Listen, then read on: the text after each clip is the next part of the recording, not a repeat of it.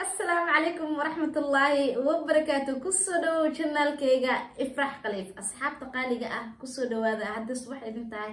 هدي هبين idin tahay هدي قلب idin tahay waxaan leeyahay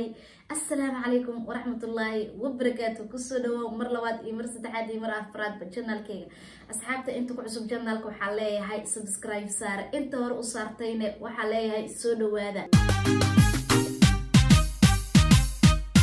waxaan rabaa inaan ka hadlo asxaabta dhowr mar arkay comment la isoo weydiinay fiidiyoga ugu dambeeyay ifraax scamber waa tuma ifraax comment badan ayaa waxa ku arkay ifraax scamber ifraax yee tahay waa tuma ifraax marka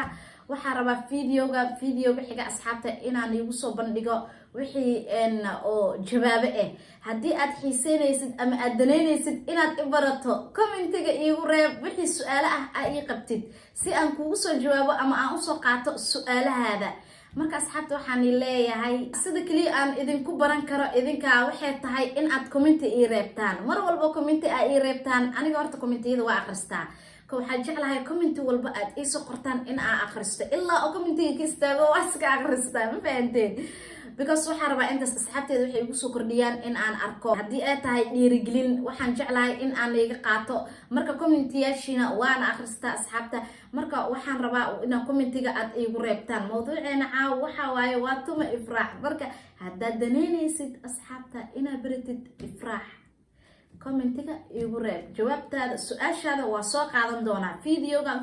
xigana jawaab ayaa filan doontaan insha Allah. waxaan leeyahay asxaabteyda sidaas iyo nabadgeliyo waxaan iigu talagalay fiidiyoga yar oo aadka u kooban because waxaan daneynayaa inaan ii barto oo aad u daneynayaa oo commentiyadiina aan u akhristaa. please haddii aad leedahay ifraax maxaa weydiin lahayd oo su'aal fasax ayaad u leedahay way isoo weydiin kartaa su'aasha wax walba aad isoo weydiisid su'aashaada waa soo qaadan doonaa insha Allah. waxaan iiga tagayaa asxaabta sidaas iyo nabadgeliyo waxaana leeyahay haddii ilaawin ina commentiga iyo like-ta iyo share-ta subscribe-ka aadan ilaawin u share garay asxaabtaada dadka nagu cusubna waxaan leeyahay mar walba dadaan ugu soo ziyaado waxaan leeyahay soo dhawaada gacmo furan ku soo dhawaada subscribe-ka iyo saara like-ta share-ka waxa u dhownahay 20k inaan gaarno insha Allah. inta ay gaarsiiseen intaanay inka badanne waad ku mahadsantihiin intaanay inka badanne waan iiga filanayaa mar walbo